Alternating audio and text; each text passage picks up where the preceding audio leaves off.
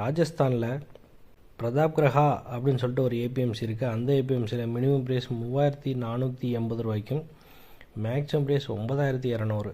அப்போ 34 ரூபாயிலேருந்து 92 ரூபாய்க்குள்ளே நமக்கு வந்து ஒரு கிலோவுக்கு வந்து கிடைக்கிது.